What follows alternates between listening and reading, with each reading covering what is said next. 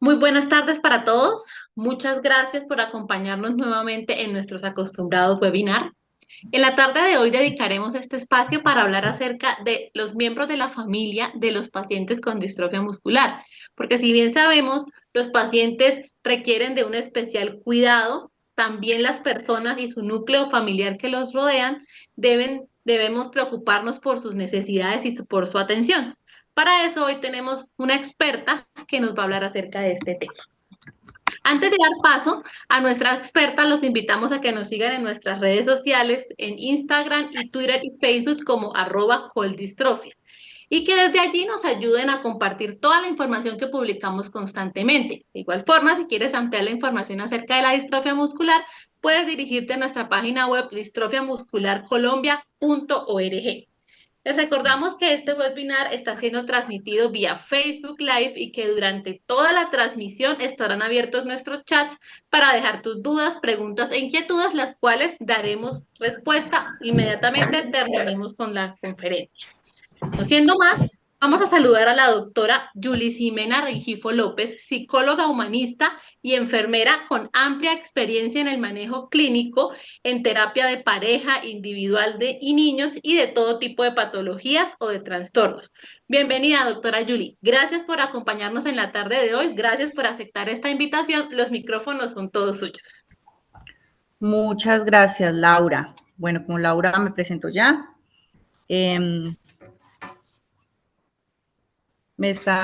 ¿se escucha bien, Laura? Qué pena.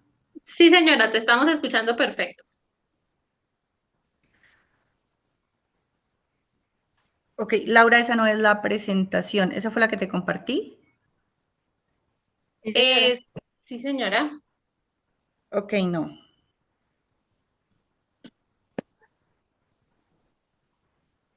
Bueno, mientras solucionamos ahí unos problemas técnicos, queremos saludar a algunas personas que nos acompañan desde de diferentes partes de Colombia. También tenemos personas que nos acompañan desde Paraguay, desde Perú, desde, desde Paraguay, Canindeyu. Muchas gracias a todos por participar de estos espacios. Recuerden que estos espacios los hemos diseñado especialmente para ustedes, para que podamos aprender, para que podamos conocer nuevas cosas.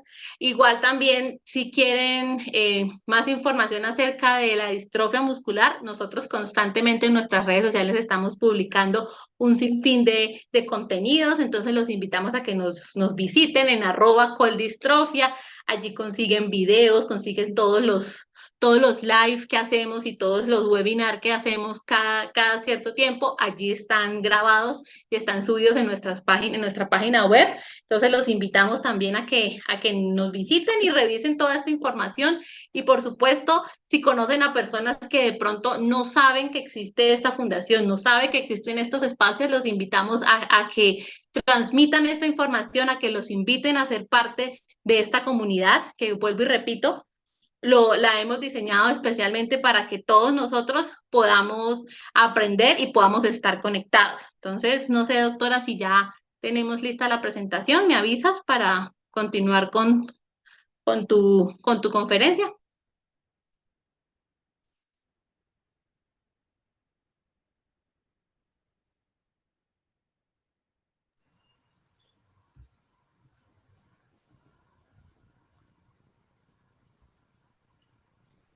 Ok, Laura. Esa sí es. Listo, perfecto. ¿Me Ahora sí, bienvenida, doctora. Muchas gracias. Los micrófonos son todos tuyos. Adelante. Ok, bueno, buenas tardes. Hoy, como ya nos dijo Laura, vamos a hablar sobre la participación y la igualdad del hermano en la distrofia muscular de Duchenne. Entonces, tenemos que iniciar ¿sí? Entendiendo que cuando llega la noticia a la familia sobre la enfermedad de uno de los miembros, sobre la enfermedad de Duchenne, el foco principalmente se centra en papá, mamá o en los tutores, ¿sí? Entonces son los cuidadores los que principalmente van a iniciar el proceso, pues, ya de la explicación que los médicos le van a dar, la participación de iniciar en el programa, de llevar a su hijo a las atenciones médicas. Bueno, resulta que cuando esto ocurre, nos olvidamos que hay otros participantes de nuestra familia que también deben ser involucrados en la aceptación, ¿sí?, del diagnóstico que van a empezar a vivir como familia. Perdón, yo...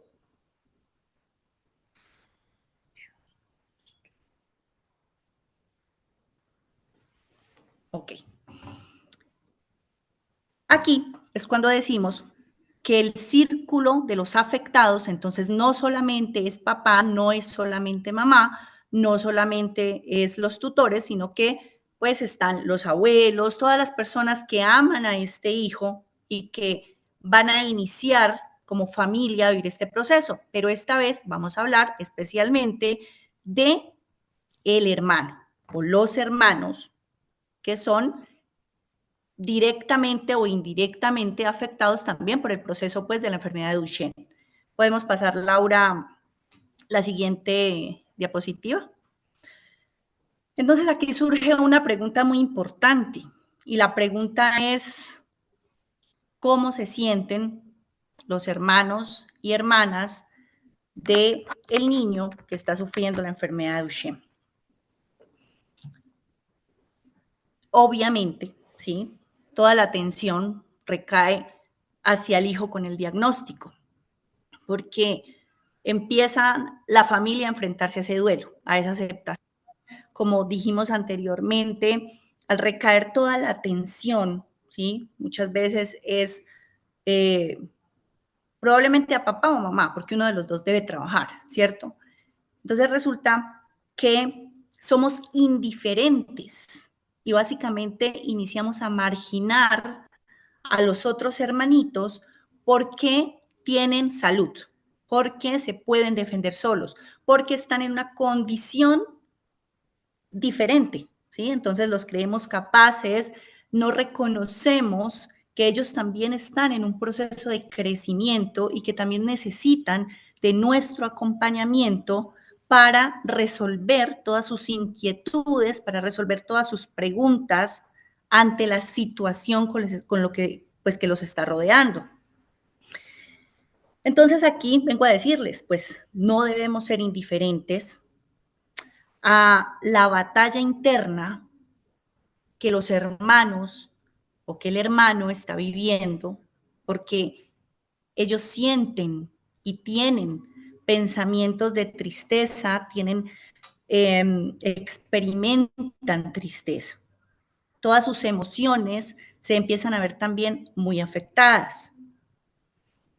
Y cometemos un gran error, y es que probablemente al no tenerlos en cuenta en cuanto a el desarrollo del acompañamiento y de este diagnóstico, los convertimos en unos hermanos tímidos que probablemente no pregunten sobre lo que está ocurriendo, o algo otros probablemente se conviertan en unos niños extrovertidos que quieren llamar la atención, que tienen muchísima energía, porque no están recibiendo esa atención. Y obviamente, pues, todos lo necesitan, ¿sí? Un proceso de crecimiento de todos los miembros debe ser atendidos, desde la salud o desde la enfermedad. No podemos marginar a nadie y no podemos tampoco, yo sé que, y me parece también un tema muy importante que lo podemos trabajar en otro, ¿sí? Es la relación de pareja. Cómo nos dedicamos tanto a estos cuidados que olvidamos que hay un vínculo que cuidar sentimental entre mamá y papá. Y por lo general, he tenido muchos casos que ocurren, pues, las divisiones o las separaciones de la familia. Entonces, mire que cada miembro juega y tiene un papel muy, muy importante en ello. Podemos pasar la siguiente diapositiva, por favor. Ok, aquí lo importante. Entonces, ¿cuál es la participación del hermano en la enfermedad de Duchenne?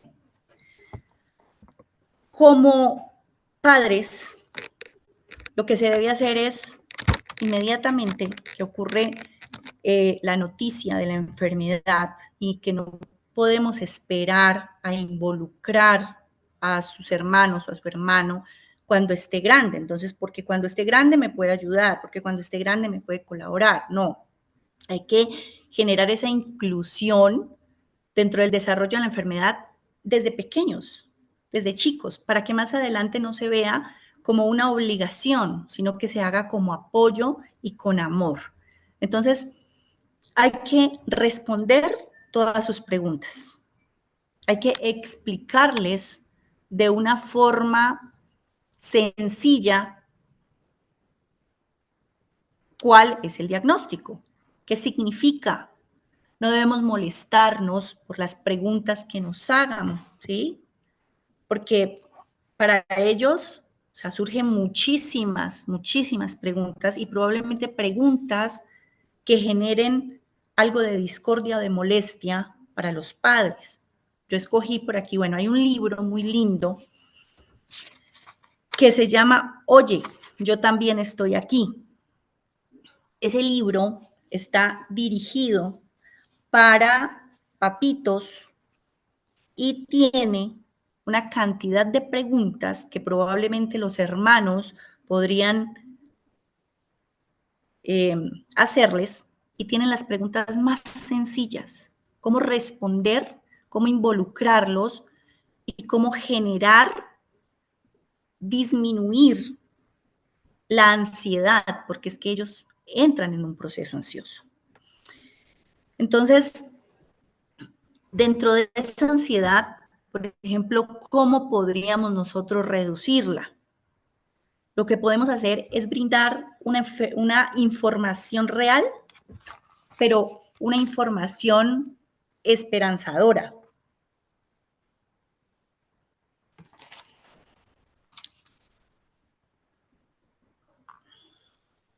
Laura se perdió la... Aló, no, ahí te estamos escuchando bien, doctora. Ok. Sí, señora. Entonces, sí, les estaba diciendo que debemos brindar esa información esperanzadora desde la realidad. ¿Qué significa esto? Pues que probablemente ellos me pregunten si mi hermano se va a sanar, si Duchenne tiene una cura. Entonces no vamos a decirle no o no vamos a ser duros al generar ese tipo de respuestas. Podemos decirle, están trabajando, ¿sí? Él tiene un tratamiento, tiene un manejo, tiene una vida muy larga. Los especialistas o los científicos están trabajando para buscar esa cura. Entonces, hay respuestas desde el diálogo asertivo que yo puedo brindar para disminuir la ansiedad, ¿sí?, que le produce al hermano recibir esa noticia y también al mismo niño que está con su diagnóstico. Preguntas como, papá, mamá, ¿se me puede pegar lo que tiene mi hermano? ¿Se me puede pegar la distrofia? Entonces, debemos estar empapados de cómo vamos a dar estas respuestas. Ok, no, esto es hereditario, hay un cromosoma que no está bien y explicarlo desde la forma más sencilla. Una pregunta que surge y que dentro de los pacientes que he tenido de terapia, que me han manifestado que de pronto molesta mucho es ¿quién tiene la culpa? Por eso les digo, no hay que molestarse con las preguntas que los niños empiezan a ejecutar, que estos hermanos empiezan a hacer. Entonces, ¿de quién es la culpa? ¿De mi papá o de mi mamá? Debemos saber qué respuesta dar, qué respuesta asertiva tengo que entregar. Debemos hacerlos conscientes, ¿sí?, a los hermanos, que el proceso de desarrollo y de aprendizaje del hermano, ¿sí?, así sea mayor o sea menor, es un desarrollo más lento. Debemos desde el amor acercarlo para que empiece a brindar esos cuidados y ese apoyo a su hermano. Y ojo, que no es obligación, porque no podemos convertir, por ejemplo, en el hermano mayor, ver el cuidador, porque yo tengo que trabajar, porque yo tengo unas obligaciones, porque no. La responsabilidad es de mamá y de papá, sin olvidar las necesidades que mi otro hijo tiene. Entonces no lo podemos convertir tampoco en un cuidador, sino que debe ser la colaboración desde el amor y no desde la obligación. Y eso son pautas de crianza que yo debo empezar a implementar en mi hogar desde una muy temprana edad. Otra pregunta que podrían hacer es, ¿causa dolor? ¿A mi hermano le duele? Y mire que todas estas angustias, y por eso hablamos de esa batalla interna del hermano, porque él observa lo que ocurre. Él está observando que hay unas herramientas que llegan, entonces llega una silla de ruedas, entonces llega un respirador, y entonces, ¿por qué mi hermano tiene esto? Entonces el acompañamiento debe ser, ¿sí?, sin marginación, debe ser allí, presente, con explicación. Y cuando yo más involucro al hermano, cuando más lo empapo del tema, cuando más aprende qué es la enfermedad de Duchenne, cómo se desarrolla, cuáles son los cuidados, porque no lo podemos manejar como un tabú, sino como algo real, algo que ocurre. Cuando esto lo hacemos, créanme que ese hermano se va a sentir muchísimo mejor y se va a sentir mucho más comprometido y va a disminuir su proceso ansioso de ver qué es lo que está ocurriendo en el entorno, porque es que cuando esto ocurre y ese proceso de duelo se genera, vemos a mamá llorar, vemos a papá llorar, probablemente vemos esa división familiar. Entonces, llegan estos chicos a consulta con unos detonantes, con un llanto fácil, con mucha sintomatología de depresión, con muchos síntomas de que mi corazón aumenta, de ansiedad. Entonces, cuando lo involucramos, cuando no lo hacemos a un lado, la respuesta es diferente. Los cuidados van desde el amor, el apoyo desde el amor.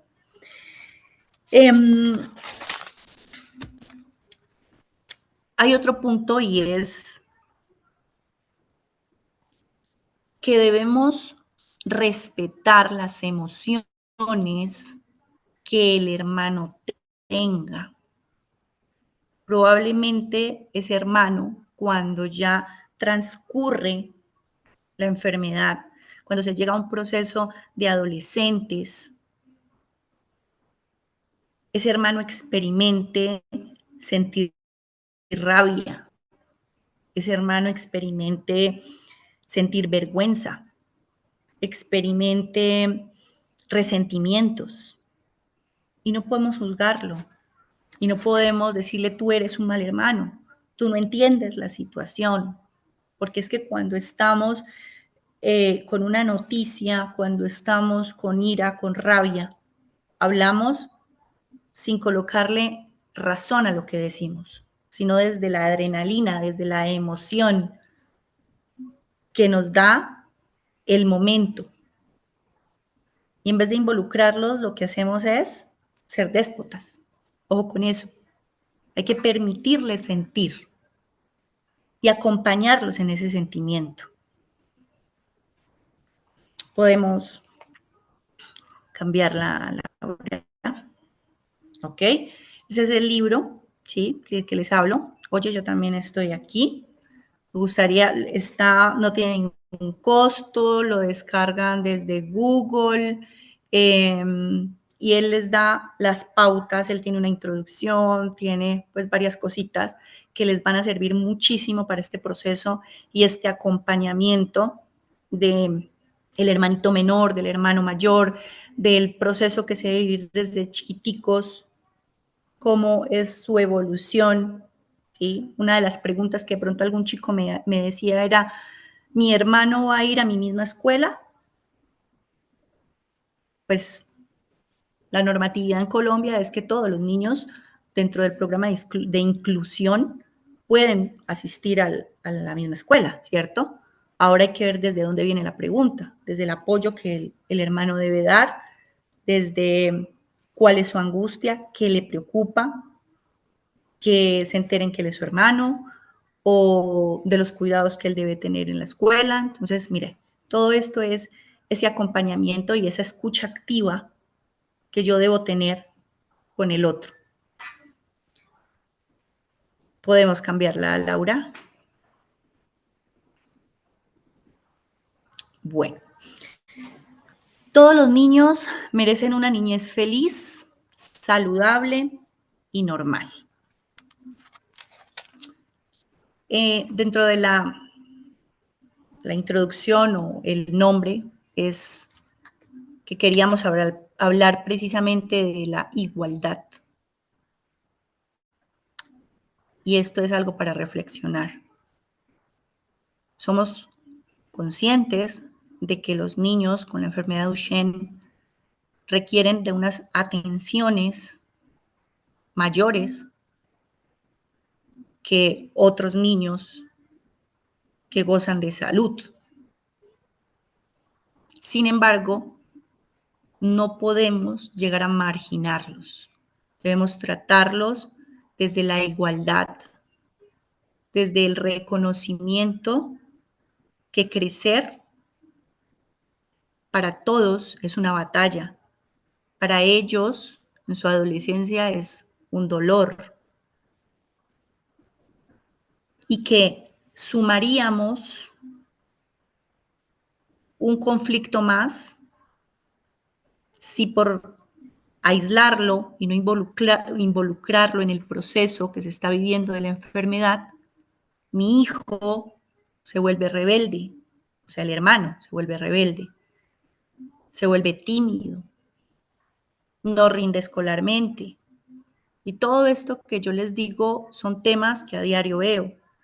Está con depresión, está con ansiedad, no hace caso. Y casos muchísimos más extremos. Están las drogas. ¿Por qué? Porque no podemos centrar solamente el foco, sino hacer participativo a todos los miembros de la familia, sin dejar de reconocer que también están en un proceso de crecimiento.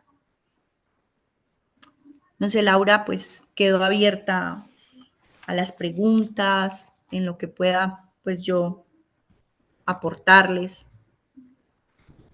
Claro que sí, doctora. Pues aquí tenemos algunos comentarios que nos han hecho vía chat. De todas formas, también los invitamos a que pues todavía están a tiempo, que nos dejen sus dudas, comentarios también, de pronto que nos cuenten su experiencia, cómo ha sido frente a este tema. Vamos a leer algunos de los comentarios que nos han hecho por acá y ya estamos validando por internos y a través de Facebook tenemos también algunos comentarios. Entonces, aquí nos dice, por ejemplo, la señora Elizabeth nos dice, doctora, es muy cierto, siempre tenemos que tener mentes abiertas y positivas y saber qué responder a la hora de hacer preguntas. También la señora Nadia nos dice, tengo dos sobrinos y uno tiene una condición especial y de cierto modo requiere más cuidado y el otro muchas veces queda desplazado a raíz de que uno ocupa más espacio. Es cierto que ambos debemos poderlos atender de igual forma. Claro que sí. Lo que hablábamos en consulta, los dos deben ser vinculados dentro de un proceso de guía, ¿sí? Como adultos debemos guiarlos en el desarrollo y en su etapa de crecimiento. Sí, señora. Aquí tenemos otra pregunta que nos mandan por interno y es, ¿cómo debemos afrontar el bullying entre hermanos?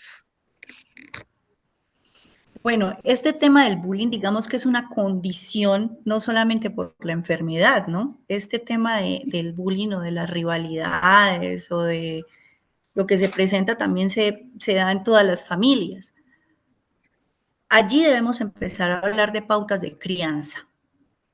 de condiciones, ¿sí? De cómo estoy yo participando dentro de la psicología conductual, dice que es refuerzo-castigo. Como que estoy reforzando yo dentro de los comportamientos que tienen como hermanos. Porque miren que la enfermedad de Duchenne, a los 2, 3 años, 4 años, es que yo me empiezo a dar cuenta, ¿sí? Pero el proceso de crecimiento es de 2 niños normales, que al paso del tiempo es que se va perdiendo la fuerza muscular y se van viviendo todas estas transformaciones. Pero si desde chiquitos yo tengo unos refuerzos y unas pautas de crianza asertivas, va a disminuir ese bullying o esas rivalidades que se tienen como hermanos. Y sería, digamos que el bullying muchísimo más grande o muchísimo mayor si yo desplazo a uno de los hijos. Si yo los tengo en cuenta los dos, se va a convertir es en apoyo y en cuidados. Por eso les digo, bajo el amor y no bajo la obligación. Siempre escuchándolos. ¿Por qué lo ejecutas? ¿Por qué haces esto? ¿Qué sientes? Nos dedicamos como mamitas y papitos de pronto a refutar y a regañar. Y esa no es la forma de educar. Ahora, pues está comprobado que si escuchamos y tenemos unas respuestas asertivas, las cosas son mejores. Así es, doctora, la importancia de la comunicación, ¿no? En este caso es como vital, vital saber hablarle a nuestros hijos para que ellos entiendan, pues que si bien es cierto, es un tema que debemos aprender a manejar como familia, pues no debemos tampoco permitir que se vuelva una carga para la familia, ¿no? Sino aprender a llevarlo, que es lo más importante, ¿no? Aquí tenemos más preguntas, también nos dicen, ¿los hermanos en algún momento pueden desarrollar síndrome del sobreviviente? Pues a ver, ¿qué les puedo decir yo? Pueden llegar a desarrollar muchas cosas, ¿sí? Y no es sobreviviente, es del superviviente. Ok. Entonces, digamos que se va a adaptar a unos procesos, ¿sí? Se va a adaptar a unos procesos de ajuste, se va a adaptar, pero sí, puede llegar a sufrir de estrés, pueden aumentar sus niveles de cortisol, puede desencadenar los procesos de ansiedad porque en eso desencadena un proceso de cortisol. Si no lo ajustamos, si no lo hacemos partícipe de lo que es el duelo y del proceso y de la transformación de la enfermedad, sí, claro, puede llegar a desarrollarlo y no solamente de supervivencia, muchísimos otros trastornos. Sí.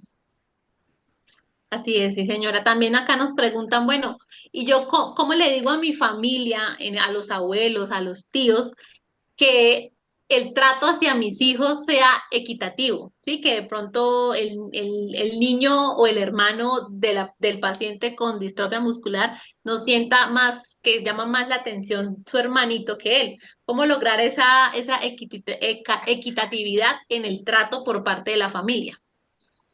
Ok, bueno, eso lo hablé al inicio de la conferencia y yo les decía, el foco recae en papá y mamá, pero la participación es de abuelos, de tíos, de todos los que aman a ese niño. ¿Cómo explicarles? Pues hay que explicarles el proceso de la enfermedad de Duchenne, al igual que lo hago con el hermano, pero al mismo tiempo, como papá, como mamá, como esa línea primera de ellos, exigir que sean tratados de la misma manera. Si yo estoy viendo, estoy observando que el hermano se va a acercar a generar una ayuda y lo que hacen es aislarlo, pues inmediatamente yo debo generar el acto para que sea participativo. Entonces, pásame esos pañitos, por favor. ¿Me puedes, yo qué sé, regalar la crema? Ven, vamos a hacerle unos masajes a tu hermano. Y entonces la abuela dice, no, porque lo puede lastimar. No, ven, vamos a hacerlo partícipe porque él también lo puede ejecutar. Entonces es como cuidador, porque es que no soy solamente el cuidador, el tutor del niño con Duchenne, sino que es mi hijo también y merece el mismo respeto y tiene los mismos derechos y la misma participación. Claro, y es como si tuviera un hermano, naciera un nuevo hermanito, digamos que ese hermanito mayor es como involucrarlo en esa nueva, en esa nueva rutina que va a haber como para que también no se sienta desplazado y no sienta los celos, porque eso también puede pasar inclusive con teniendo un hermano con la condición de distrofia o no, entonces es como aprenderlos a involucrar, creería yo, en ese proceso. Aquí tenemos también una pregunta y de hecho Ana esta Laura, pregunta va. yo completo allí algo y es que los cuidados deben ser también mutuos, ¿no? O sea, no es solamente Exacto, que el hermano sano le brinde los cuidados al niño con exacto. Duchenne, porque es que, como yo repito, la pérdida es paulativa y él también va a poder tener detalles especiales de palabras lindas, de cosas, de caricias también con su hermano sano. O sea, esto es recíproco. Claro que sí, eso es súper importante tenerlo en cuenta. Aquí tenemos otra pregunta y de hecho esta pregunta va más enfocada a, a cómo se le puede hablar a la persona que tiene distrofia muscular que en algún momento debe usar pues una silla de ruedas. De hecho la pregunta dice así: buenas tardes, doctora. Mi hijo tiene 8 años y ya me ha dicho varias veces que él no quiere usar una silla de ruedas. Yo le he explicado la enfermedad que él tiene. Ya lleva un año con el diagnóstico, pero no sé cómo abordar el tema. ¿Qué me recomienda? ¿Qué puedo hacer? Bueno, necesitas ayuda profesional. Yo tengo niños de la fundación que están en ese proceso de que les va a llegar el instrumento o que ya les llegó su silla de ruedas para su desplazamiento. Hay que hacer psicoterapia, porque a través del juego, a través de las mnemotecnias, a través de escucharlos asertivamente, a través del dibujo, ¿sí? Que ellos, por ejemplo, un ejercicio que yo aplico con los niños que tengo como pacientes y que están en este proceso de aceptar la silla de ruedas y que en un inicio es no quiero, no quiero, no quiero, y yo voy a caminar y yo voy a seguir caminando y pues es su sentir, ¿no?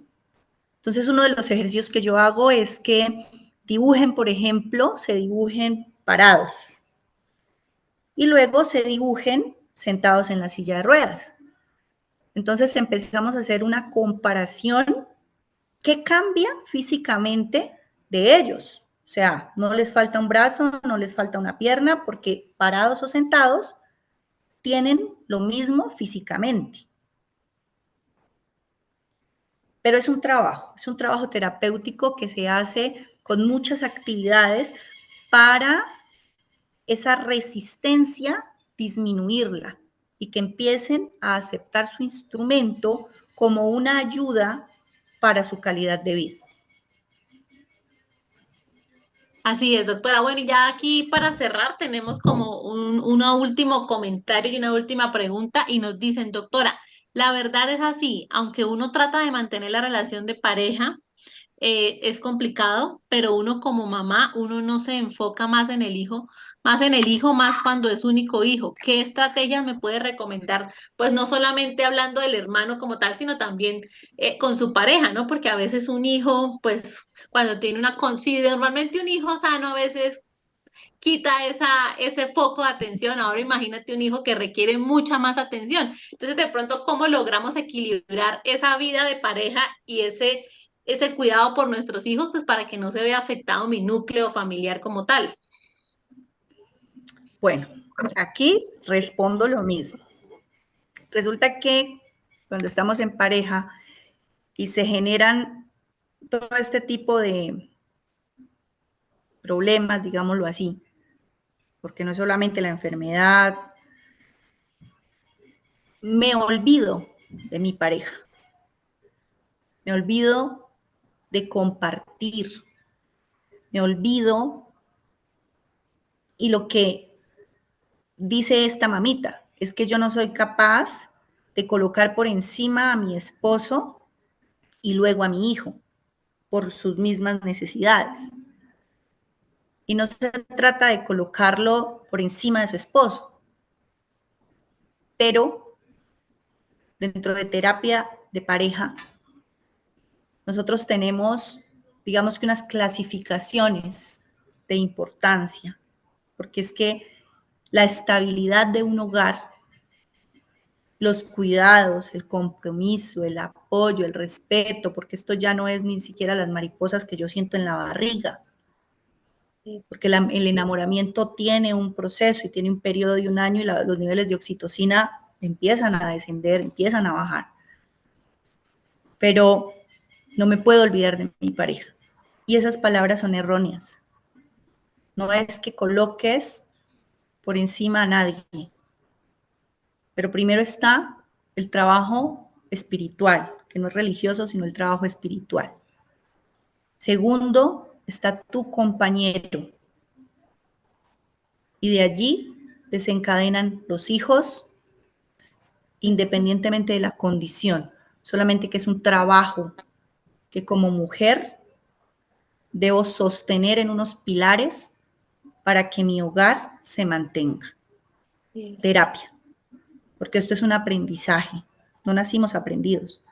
La psicología nos brinda la oportunidad a través de bases científicas, porque antes eran filosóficas, ahora ya es algo científico, y me da las herramientas y las técnicas para yo poder conservar. Y son muchísimos los casos que yo he visto, donde los hogares ya no son funcionales, o sea, funcionales siempre van a ser, porque con papá o con mamá o con los abuelos es un hogar funcional, pero digamos que donde esté papá y mamá. Así es, la importancia como de lograr ese equilibrio es fundamental. Para todos, muchas gracias y también para la doctora Julie, de verdad, gracias por este espacio, gracias pues por tomarte el tiempo de participar y de contarnos un poco cómo debemos abordar el tema de un paciente con distrofia muscular en nuestro núcleo familiar. Espero que pues para todos este espacio haya sido de gran aprendizaje, se hayan llevado tips y se hayan llevado cosas que puedan aplicar a su vida si en este momento lo están viviendo claramente. A todos, gracias por acompañarnos. Los esperamos en una próxima oportunidad con otro nuevo interesante tema acerca de la distrofia muscular.